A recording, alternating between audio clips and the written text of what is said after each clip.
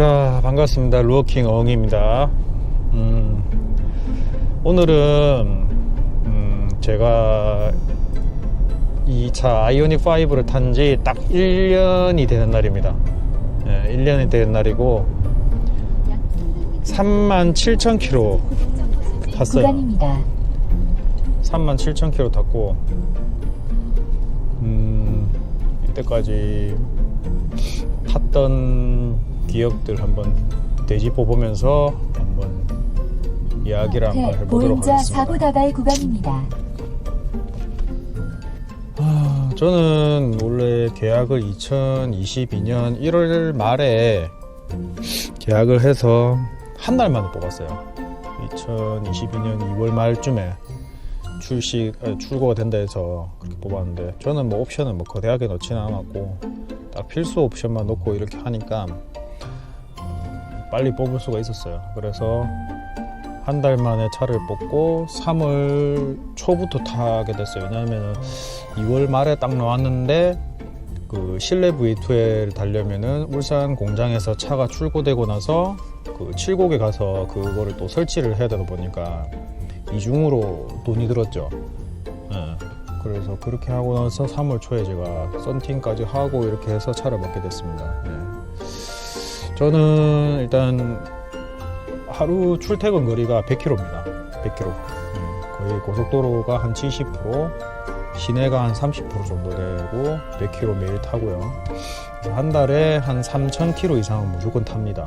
무조건 타고, 저는 아파트 집밥을 먹이는데 파워큐브 완속형 충전기를 제가 갖고 있는 충전기하고, 그 다음에 아파트에 달려있는 7kW 충전기도 사용하고, 그 다음에 아파트 자체 충전기도 썼었는데 파워큐브가 다 설치되고 나서는 쓸 일이 거의 없고요.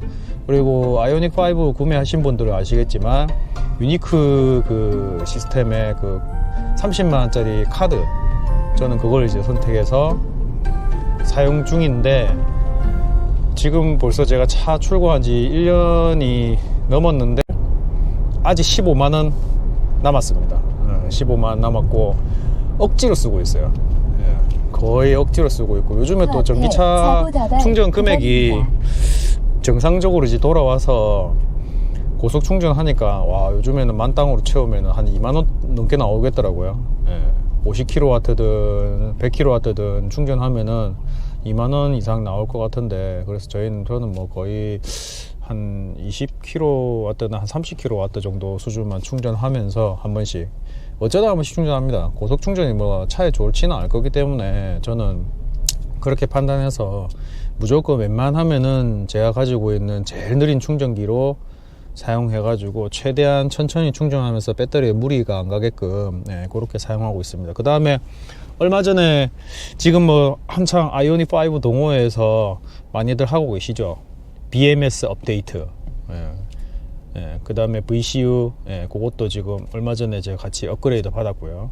그래서 받으니까 일단은 좋은 점이 그 회생제동, 회생제동이 기존보다는 좀 세게 걸리는 느낌이 좀 없어지면서 일반 내연차와 비슷한 느낌으로 좀 스무스하게 차가 나가고 있습니다. 보통 뭐 타보신 분들은 아시겠지만 딱 그 회생제동이 1단계, 2단계, 3단계, 그 다음에 아이페달 이렇게 밟으면은 엄청 급하게 탁 이렇게 브레이크가 걸리듯이 탁 서는 그 느낌이 있어요.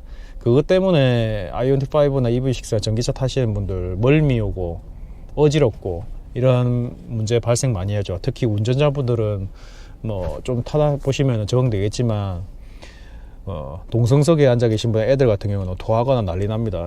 그래서 그런 거 좀 조정을 잘해야 되는데, 그거 업그레이드 하고 나서 좀 더 이제 부드럽게 되면서 주행거리가 갑자기 좀 길어진 느낌인데, 표시되는 주행거리는 기존보다는 갑자기 조금 더 길어지게 지금 나오고 있어요. 그 말은 이제 최대한 이제 조금 더 차가 더 앞으로 더 나갈 수 있도록 해주면서 충전하도록 이제 유도해 놓으니까, 운전자 입장에서는 저는 제가 봤을 때는 정말 좋은 업그레이드가 아닌가 싶어요. 지금 봤을 때는 그렇게 보이고,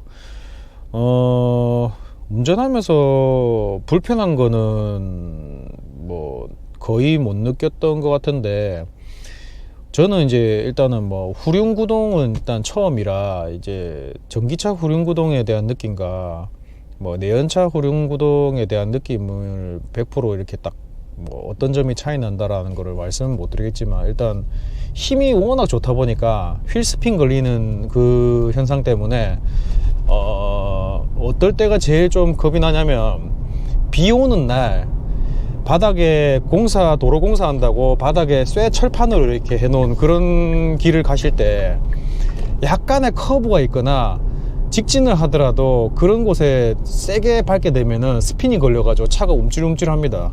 그래서 그런 거 항상 조심하셔야 돼요. 저도 한 번씩 놀랄 때가 있거든요. 보행자 비 오는 날 사고 나갈 특히 그래요. 구간입니다. 뭐 맑은 날은 전혀 그런 문제 없는데, 비 오는 날 그런 부분에 있어가지고 좀 움찔움찔하고, 그 다음에 이제 시속 60km. 이거는 이제 후륜의 종특인지는 모르겠는데, 구간입니다. 뭐 내리막길 같은 경우도 이것도 똑같이 철판 지나갈 때, 물 이렇게 빠지는 그런 곳에 철판 지나갈 때 약간 이제 후륜구동 같은 경우는 브레이크를 잡으면서 내려가면은 차가 움찔움찔하는 그런 느낌이 들 정도로 이게 갑자기 확 이렇게 멈추는 그런 현상들이 발생하니까, 저는 뭐 일단은 그거는 뭐 이 차가 후륜이라서 더 그런 현상이 발생하는 것 같아요. 전륜이었으면 아마 그런 느낌이 안 들었을 것 같은데, 후륜이라서 이제 그런 느낌 드는 것 같고요. 그 다음에 차체가 워낙 이제 그 무겁고 하다 보니까 좀 저도 모르게 이제 과속을 할 때 제가 이 차를 제어를 100% 탁 못 하겠다는 그런 느낌이 한 번씩 받아요. 저도 뭐 운전은 꽤 오래 했고 운전병 출신에다가 저도 운전은 나름 잘한다고 생각하는데, 웬만한 뭐 제가 뭐 기술도 부릴 수는 있지만 특히 이 전기차는 저는 좀 한 번씩 보면은 제가 좀 겁이 난다 할 정도로 약간 좀 제어를 100% 못 할 때가 한 번씩 있어서 좀 조심해서 운전을 좀 해야 되는 그런 차인 것 같아요. 이 차도 뭐 사륜구동은 훨씬 더 빠르지만, 이 차 같은 경우에는 제로백이 제가 봤을 때는 거의 한 6초대에서 7초대 사이 왔다 갔다 하면서 나오는 것 같은데, 생각보다 빨라요. 초반 가속력은 웬만한 차 다 따라잡을 정도 엄청 빠르기 때문에, 뭐 다른 분들이 뭐 이해하실지 모르겠지만, 제가 지금 보통은 다 에코 모드로 해서 웬만한 차들 다 짜보니까 노멀 모드나 아니면은 뭐 제일 강한 드라이브 모드 중에 스포츠 모드 이런 거 누른 상태에서 레벨 제로로 해놓고 그냥 밟으면은 거의 뭐 스핀이 걸리면서 나가니까 엄청 힘은 좋다고 볼 수 있습니다. 일상생활 주행하는 데 있어서는 웬만한 차는 뭐 우습게 따라잡아요. 보통 보면.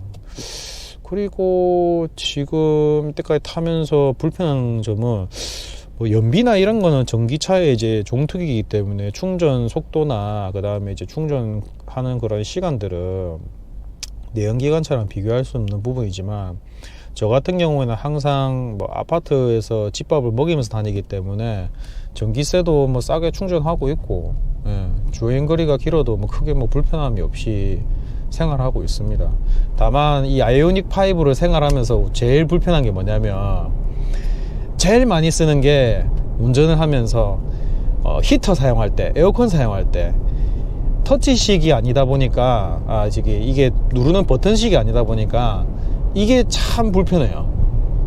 특히 이제 지금 이제 추울 때 만약에 제가 히터를 켜려면은 이렇게 쳐다보면서 미리 누르고 출발해야 안전하지, 운전하다가 이렇게 누르고 이러면 좀 불편하더라고요. 이게 버튼식이면은 좀 이렇게 사용하기가 좀 편할 것 같은데, 그게 좀 제가 봤을 땐 좀 아쉬운 거고, 그 다음에 열선 시트 사용할 때도 마찬가지입니다. 요거 화면 들어가서 이렇게 다 조정해야 하다 보니까 그 온도를 뭐 제로, 뭐 0도, 2도, 3도 이렇게 조절하려면 터치를 해야 돼요. 이것도 운전하다가 정말 불편해요. 이거는 진짜 제가 봤을 땐 그냥 일반적인 터치식이 훨씬 편한 것 같습니다. 그거는 아마 다른 분들도 다 공감하실 겁니다. 운전하실 때. 뭐 그런 부분하고 다른 거는 전혀 불편한 게 없어요. 저는 뭐 차박도 하고 캠핑도 다니기 때문에 저는 이 차는 정말로 정말 잘 샀다고 생각하고, V12도 저는 자주 쓰고요. 그 다음에 앞에 프렁크에다가 저는 전자레인지도 항상 실려 있어요. 실려 있기 때문에 필요할 때마다 쓰고, 뒤에도 지금 트렁크에도 지금 텐트하고 다 실려 있거든요. 그래서 뭐 여유만 있으면 캠핑을 웬만하면 하러 가려고 하고 있습니다. 예. 그리고 이 차 같은 경우에는 실내 공간도 상당히 좀 넓기 때문에 차박하기에도 크게 불편한 게 없어요. 예. 제가 키가 한 177 정도 되는데 이거 운전하면서 뒤에서 이렇게 한 번씩 이렇게 누워 있거나 할 때도 엄청 좀 편하게 누워 있을 수 있고 공간이 넓어서 저는 이제 낚시도 하러 다니기 때문에 낚시 용품들도 뒤에 이제 들어가 있지만은 뭐 차가 적당히 넓어서 뭐 사용하는데 전혀 불편한 게 없습니다. 뭐 물론 뭐 산타페나 소렌토급 이상, 펠리세이드급 이상의 트렁크 공간은 절대 나올 수가 없어요. 왜냐하면 EV6도 마찬가지지만 약간의 외건형 방식으로 사선으로 내려가다 보니까 좀 손해 보는 그런 공간들이 있어요. 그런 거는 뭐 어쩔 수가 없는 부분이라서 이제 캠핑 용품 실을 때도 저는 항상 좀 테트리스를 좀 최대한 좀 잘 쌓으려고 가방이나 박스 같은 거를 좀 사가지고 거기다 넣어가지고 좀 이쁘게 좀 꾸며서 이렇게 집어넣기도 합니다. 위에 루프 달려있으면 참 편할 것 같은데 그거는 뭐 좀 아쉬운 상황이고, 그 다음에 저는 비전 루프를 안 했어요. 그러니까 비전 루프도 안 하고 스마트 센스 2도 안 했기 때문에 저는 그 한 달 만에 차를 받아볼 수 있었던 것 같아요. 솔직히 제가 스마트 센스 2도 사용해보고 해봤거든요. 다른 아이오닉 5 운전도 해보고 EV6도 해보고 GV16도 운전해봤는데 비전 루프 저는 솔직히 별로입니다. 왜냐하면은 저는 썬루프가 예전에 타던 차들 다 그 파노라마 썬루프가 달려 있어가지고 열리는 걸 무조건 좋아해요. 썬루프를 산다는 게 열어서 바깥 공기도 마시면서 좀 그렇게 느낌을 갖다가 받고 싶어 하는데 열리지도 않고 그냥 유리 하나만 떡 얹어 놓고 무게만 차지하면서 그걸 여는 거, 물론 뭐 캠핑하면서 누워가지고 하늘 쳐다보는 거는 뭐 할 수 있지만 뭐 저는 솔직히 옆에 있는 창문들로 봐서도 충분하기 때문에, 그리고 이 유리가 너무 많이 뚫려 있으면은 개인 프라이버시도 확보가 100% 안 돼요. 특히 이제 그 차박 캠핑 하실 때 아시겠지만 비 오는 날 만약에 차박 하시게 되면 이 빗소리 느낌도 유리에 닿이는 비 내리는 느낌하고 지금 제가 그냥 오리지널로 돼 있는 그 느낌하고도 또 느낌 소리가 더 달라요. 저는 여기 이 상태에서 빗소리 맞는 게 소리가 더 좋은 것 같아요. 뭐 이거는 뭐 제 개인적인 의견이고, 그래서 그리고 또 아시겠지만 썬루프나 비전 루프 같은 이런 것들이 달려 있으면 거의 보통 여자 성인을 한 명을 더 태울 정도의 무게를 달고 다니는 거기 때문에 전비나 연비에 좋지는 않습니다. 예, 좋은 건 하나도 없어요. 일단 무게가 일단 무조건 많이 나가면 좋은 건 하나도 없는데, 그래서 저는 뭐 그런 것도 안 했고, 그 다음에 디지털 사이드 카메라 D3이도 저는 뭐 제가 뭐 운전은 못하는 것도 아니고 물론 있으면은 도움이 될 것 같더라고요. 한번 제가 한번 그 D3이가 돼 있는 차를 운전을 해봤는데 야간에 특히 비 오는 날 운전할 때는 카메라 화면이 좀 밝게 보여서 확실히 그런 건 좀 좋았어요. 근데 이제 뭐 저는 이때까지 뭐 운전하면서 그런 부분에 있어서 불편한 거는 못 느꼈기 때문에 저는 아직까지는 뭐 요 제품이 더 나은 것 같고, 그 다음에 제가 조금 아쉬웠던 게 뭐냐면은 아이오닉 5의 D3이 위치하고 EV6의 이 D3이 카메라 위치가 조금 이 위치 자체가 조금 높낮이가 좀 다르더라고요. 그 아이오닉 5가 약간 낮게 돼 있어서 제가 직업이 안경사다 보니까 노안이 있으신 분들, 가까이 보시는 게 조금 힘드신 분들이 고개를 이렇게 돌리면서 쳐다보실 때 거리가 약간 낮게 돼 있으면은 제가 봤을 때는 다초점 렌즈 같은 그런 렌즈를 쓰실 때 좀 보이는 시안성이 조금 떨어질 수도 있겠다는 생각이 들더라고요. 기능성 렌즈, 왜냐하면 기능성 렌즈 같은 경우에는 아래쪽에 이제 돋보기가 들어가 있다 보니까 이 위치가 애매하게 돼 있으면 오히려 보기가 좀 불편하던데 EV6는 딱 그 위치가 딱 정중앙으로 보듯이 위치가 돼 있어 가지고 보기가 좀 더 편안했어요. 예, 그래서 저는 그 위치는 EV6가 더 나은 것 같은데 아이오닉 5는 조금만 더 카메라 위치가 더 이렇게 높았으면 좀 좋지 않았을까 라는 생각이 들었고, 그 다음에 아이오닉 5 D3이도 운전해 봤을 때 화면이 너무 많아서 저는 좀 약간 정신 사나운 그런 느낌? 예, 그런 느낌이 약간 들었어요. 그래서 이제 그런 부분이 저는 조금 애매했고요. 그래서 뭐 그런 거 말고는 뭐 300m 앞에 제가 시속 운전하면서 80km 크게 뭐 불편한 거는 못 느꼈던 것 같아요. 네. 그 다음에 뭐 충전하는 것도 제가 예전에 그 유튜브 아이오닉 5 운전하면서 올린 게 하나 있는데 말씀드리지만 충전은 솔직히 이게 제가 운전해 봤을 때 저는 이제 최대한 집밥을 먹으려고 생각을 하면서 운전하는데, 고속 충전 같은 경우는 저는 웬만하면은 휴게소에서는 고속도로 휴게소에는 웬만하면 충전을 좀 안 하려고 하고 있어요. 왜냐면 지금 어차피 뭐 계속 생기긴 하겠지만, 고속도로 휴게소보다는 시내나 이렇게 대도시 쪽으로 이렇게 왔을 때 그 시내에 있는 곳에 고속 충전기가 더 시설이 더 잘 돼 있는 데가 많더라고요. 그래서 좀 더 다른 사람하고 이렇게 겹치는 그런 것도 좀 덜 하면서 충전 속도도 어느 정도 확보하면서 충전하기에는 저는 딱 계획성을 좀 가져가지고 시내에 들어와서 충전하는 게 좀 더 안전하지 않나 싶어요. 예, 고속도로 같은 경우에는 달리다가 급하면은 저보다 좀 더 먼저 나가는 그런 운전자들이 빨리 충전하려고 들어가다 보니까 실패 보는 경우가 많이 발생하는데, 요즘에는 그래도 이제 조금 이제 충전기가 조금씩 보급이 좀 더 잘 되고 있구나라는 느낌이 드는 게 계속 이제 하나 두 개씩 생기더라고요. 근데 중요한 거는 충전기가 일단은 초창기에 비해서는 좋아졌다 하더라도 아직까지 중소기업에서 충전기를 너무 좀 안일하게 만드는 것 같아요. 고장도 잘 나고, 문제도 좀 많이 발생하고 해서 충전기가 이 고장이 일단 안 나야 되는데 그게 참 문제인 것 같아요. 고장이 안 나고 우리가 이제 왜 일반 주유소 가서 기름 넣는 것도 고장이 난다 생각하고 그런 위험 부담을 안고 가는 경우가 거의 없잖아요.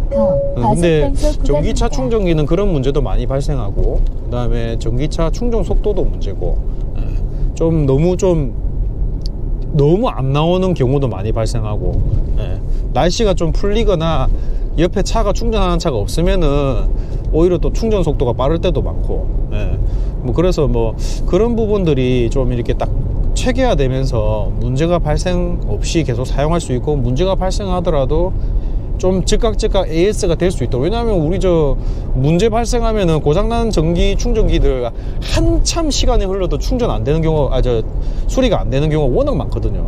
그런 것들도 참 진짜 문제인 것 같아요. 그런 것만 보완한다면 전기차 시대는 이미 이제 피할 수 없는 상황이기 때문에, 뭐 리튬이온 밑에 배터리가 뭐 처박으면은 뭐 사고 나서 사람이 죽는다, 뭐 충분히 뭐 이해합니다. 그런 거는 뭐 저도 뭐 그거는 충분히 이해하고 지금 이 차를 타는 건데, 그런 문제가 발생을 내연차라고 안 하는 건 아니잖아요. 그렇죠? 그러니까 내연차라고 안 하는 것도 아니고, 내연차도 솔직히 복불복이고 전기차도 복불복인데, 일단은 좀 더 안전한 자동차가 만들어져야 된다고 생각은 하는데, 일단은 복불복인 거를 최대한 저도 뭐 지금 여기 밑에 망치 있거든요. 혹시나 문제 생기면 망치로 깨야 되는 상황이 발생할 수도 있으니까 저는 망치도 지금 여기 밑에다가 꼽아 놓고 다니고 있습니다. 그리고 이제 소화기도 준비해 놓고, 저는 그 생각도 했어요.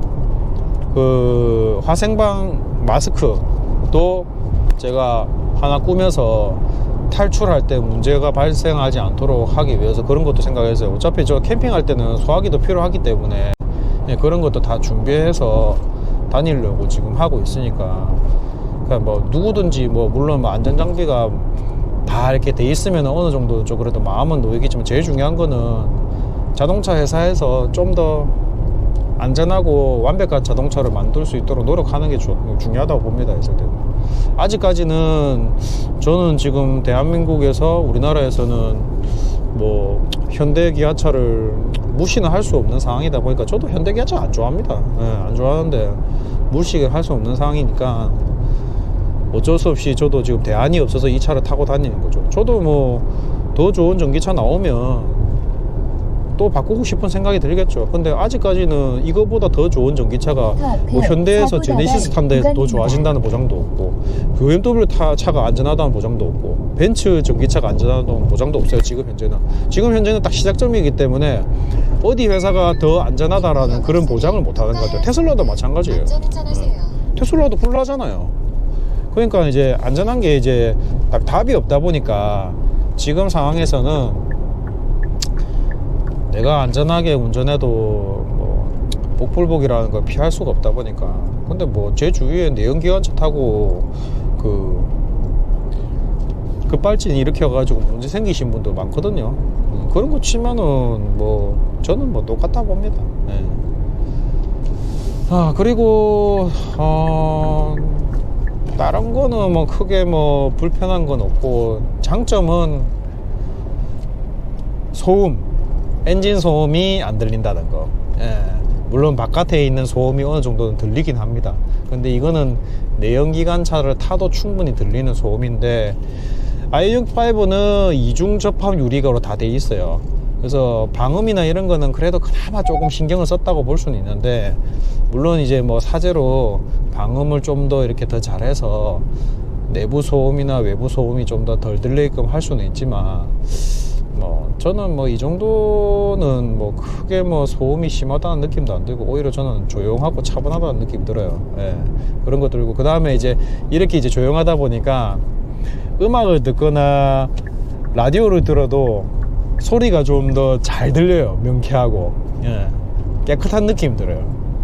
그래서 그런 부분도 좀 좋은 것 같아요, 저는. 그 다음에 이제 이 내연기관차랑 다르게 얘는 이제 말 그대로 전기차다 보니까 전자제품을 이용하듯이 전원 버튼을 눌려서 이제 사용하는 그런 느낌이기 때문에, 내연기관차는 자동차 시동을 걸어서 운전을 하잖아요. 그렇게 해서 뭐 정차되어 있는 상황에서도 에어컨을 튼다든지 히터를 튼다든지 해야 되는데, 얘는 그런 게 아니에요. 매연도 안 나오고 정차가 되어 있는 상태에서도 에어컨도 틀 수 있고 히터도 틀 수 있고, 실내에 V2L이 달려 있어서 220V 전기를 또 사용할 수가 있어요. 뭐 헤어드라이기도 쓸 수 있고, 쓸 수 있고, 노트북도 쓸 수 있고, 냉장고도 사용할 수 있고, 뭐 웬만한 전기는 다 사용할 수 있기 때문에, 말 그대로 얘는 그냥 차라기보다는 대형 파워뱅크, 이런 거라 보시면 될 것 같아요. 캠핑장 가도, 오토 캠핑장 가면은 요즘에 시설 좋은 오토 캠핑장 600W 다 쓰게 하지만, 뭐 전자레인지도 돼 있고, 뭐 웬만한 거 기구 다 갖춰가지고 사용할 수 있지만, 그거까지 차정 안 가도 V2L 꽂아고 여기서 바로 저 전자레인지 사용해서 음식도 해 먹을 수 있고, TV도 볼 수 있고, 다 할 수 있어요. 예, 노지 가면 완전 최고겠죠. 예, 이런 걸로 이제 다 해결할 수 있고, 어딘가 가더라도 내가 뭔가 못하더라도 이 차만 있으면 바깥에서도 생활하는데 크게 불편함이 없이 여기서 잠도 잘 수 있고 다 할 수 있겠구나라는 그런 생각이 이제 드는 거죠, 있을 때. 그런 부분은 참 좋은 것 같아요, 저 때는. 그리고 이제 제가 스마트 크루즈 컨트롤을 지금 사용 중인데, 터널이 있습니다. 일단은 저는 스마트 센스 2를 안 넣었어요. 2를 안 넣었는데, 그 이유는 스마트 센스 1이나 2나 아직까지는 테슬라의 오토파일럿 정도 수준이 될 수가 없다 보니까, 저는 그놈이 그놈이라고 봅니다. 그놈이 그놈이라고 보고, 그거를 이용해서 테슬라의 오토파일럿 수준을 능가한다 하면, 제가 이전 영상에서도 말씀드렸지만 돈이 1000만 원 이상 더 주더라도 저는 무조건 했을 겁니다. 근데 그 정도 수준이 안 되기 때문에 저는 안 했어요. 그래서 스마트 센스 1을 사용해도 기존에 제가 타던 기아차나 다른 차에 비해서 이 녀석이 성능이 더 좋은 것 같아요. 그래서 저는 스마트 센스 1이라 하지만은 조금 더 업그레이드 된 스마트 센스 1인 것 같은데, 뭐 그래 하나 저래 하나 어차피 앞차의 간격만 유지하면서 달리는 것만 해도 저는 상당한 수준이라 보기 때문에, 아직까지는 뭐 오토파일럿 수준 같이 이렇게 뭐 좀 더 자율중에 가까운 그 정도의 수준이 나중에 뭐 레벨 3나 레벨 4가 나온다 하면, 그때는 뭐 과감 없이 무조건 투자를 해야 되겠지만은, 아직까지는 스마트 센스 2를 굳이 넣어야 되나? 필요 없다, 저는 이렇게 생각하고 있거든요. 그래서 제가 안 넣었고, 그리고 비전 루프도 안 넣었기 때문에 다른 분들에 비해서 조금 더 낮은 옵션으로 차가 더 빨리 출고가 됐다. 근데 안전 옵션에 관련 건 넣었어요.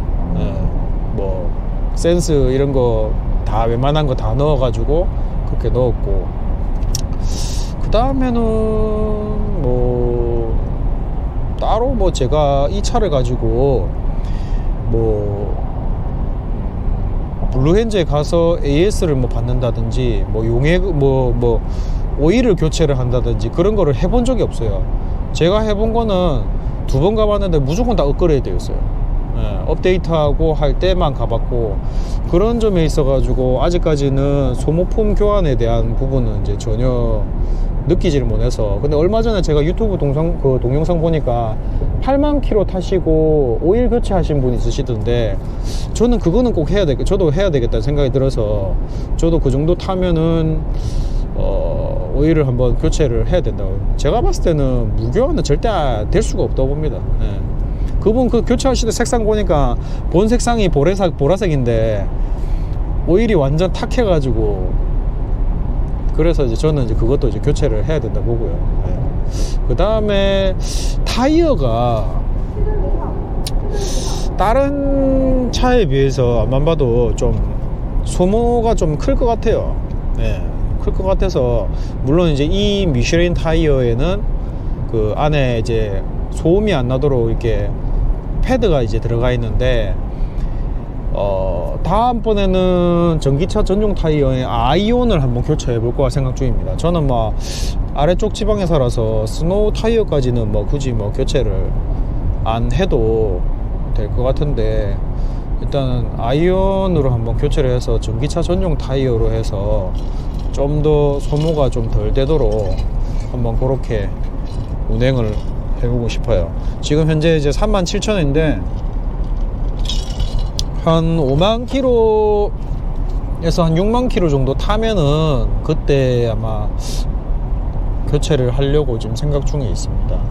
그리고 저는 이 차의 목표가 기본 30만 킬로를 무조건 탄다 생각하고 구매를 한 거기 때문에. 근데 1년 만에 지금 37,000원 나가지고 10년 타면은 37만원인데 10년도 못 타는 건데, 저는 일단은 1차 목표는 30만이고요 2차 목표가 40만입니다 40만이고 배터리가 잘 버텨주기를 기대를 하고 있고요. 물론 당연히 배터리 성능이 조금은 떨어질 수 있어요. 여러분도 뭐 유튜브 영상 보셨겠지만, 경남 창원에 볼트 운행하시면서 30만 킬로 40만 킬로 타신 그분, 어르신 운전하시는 거 매일 뭐 300km씩 달렸고 출장 가시면서 하신 분 있는데, 저는 그분처럼 저도 그렇게 탈 수 있을 거라 생각하고 지금 이 차를 뽑은 거였기 때문에, 일단 1차 목표는 30만입니다 30만 타도 돈 벌었죠. 일반 운행 택시 운전자들도 물론 30만 이상 타시는 분 많이 계시지만, 일반 운전자가 30만 킬로 탔으면 그 정도면 좀 성공했다고 볼 수 있는 거 아니겠어요? 다른 분들은 뭐 10만이 뭡니까? 5만도 안 돼서 차 바꾸시는 분도 수두룩한데 30만 킬로 타면은, 저는 웬만한 차 좀 운전 그래도 좀 한다 하시는 분들은 한 2번 차 교체할 정도의 수준은 된다 보니까, 뭐 그 정도면은 뭐 훌륭하다고 보고 있습니다. 구간 단속 종료 지점입니다. 그 다음에 뭐 운전하면서 좋은 점, 뭐 솔직히 다 좋아요. 충전하는 거 뭐 불편한 게 없으면 다 좋아요. 싫은 거 하나도 없어요. 아쉬울 거 하나도 없고요. 그리고 단점이라 하면은 크게 뭐 좀 더 주행거리가 좀 더 길었으면 좋겠다라는 거. 아마 봐도 제 모델 같은 경우에는 72.6kW, 72.4kW인가? 그 배터리 용량이 조금 작게 나왔죠. 롱레인지인데 EV6는 77kW죠. 그래 나왔는데 배터리 팩이 2개가 빠지면서 나왔죠. 그래서 좀 아쉬운 게 있어요. EV6도 그렇게 나왔는데 아이오닉5도 처음부터 그냥 그렇게 나왔었으면 좋았을 걸. 왜 이렇게 나왔는지 모르겠지만은 그 부분이 좀 아쉽고, 뭐 어떻게든지 배터리 용량이 아쉽습니다. 배터리 용량이 좀 더 컸으면은 주행거리도 당연히 길었을 건데, 뭐 조금 아쉬운 게 있어요. 아만 봐도 뭐 대부분 아직 전기차를 안 사신 분도 느끼시겠지만, 우리나라 같은 경우에는 보통 기준을 서울, 부산을 한 번만에 갈 수 있고 왕복을 할 수 있고 뭐 이런 거로 뭐 보통 많이 따지잖아요. 그래서 제가 지금 다른 차 하이브리드도 한 대 갖고 있는데, 하이브리드 차는 기름 넣으면은 보통 서울 부산 왕복해도 기름이 좀 남아요. 톨게이트가 있습니다. 남는데 이 차는 가다가 충전해야 돼요, 제가 봤을 때는. 근데 날씨가 엄청 좋은 날에는, 그러니까 좋다는 말이 엄청 덥거나 엄청 추운 날 말고 에어컨이나 히터를 안 틀어도 무난하게 달릴 수 있는 그 정도의 날씨라 하면은 제가 봤을 때는 한 번만에 서울의 광장? 만남의 광장? 그냥 그 정도까지는 갈 수 있을지 않을까? 예, 저는 그렇게 생각하고요. 이번에 이 업데이트 하면서 이 상태에서 지금 이제 주행 거리가 어느 정도 또 이렇게 탄력적으로 바뀔 수 있는지에 대해서 유튜브 그 전문적으로 하시는 분들이 한번 해보시는 게 좋을 것 같아요. 업데이트 된 아이오닉 5 72kW짜리하고 77kW짜리, 아마 제가 봤을 때는 좀 더 탄력 주행을 하신다면은 이번에는 부산 서울까지, 서울 부산까지 왔다 갔다 하는 게 조금은 더 현실적으로 좀 더 낮게 사용하시지 않을까. 테슬라도 그런 식으로 업데이트해서 주행거리가 막 길어지고 이렇게 되잖아요. 예. 그러니까 이제 뭐 배터리 용량은 어차피 정해져 있어요. 근데 이제 거기서 내가 좀 더 자동차 소프트웨어를 좀 조정을 해서 좀 더 실용성 있게 이제 사용하게끔 이렇게 업데이트를 한 것 같으니까 그 기존보다는 주행함에 있어서 조금 더 먼 거리를 사용할 수 있도록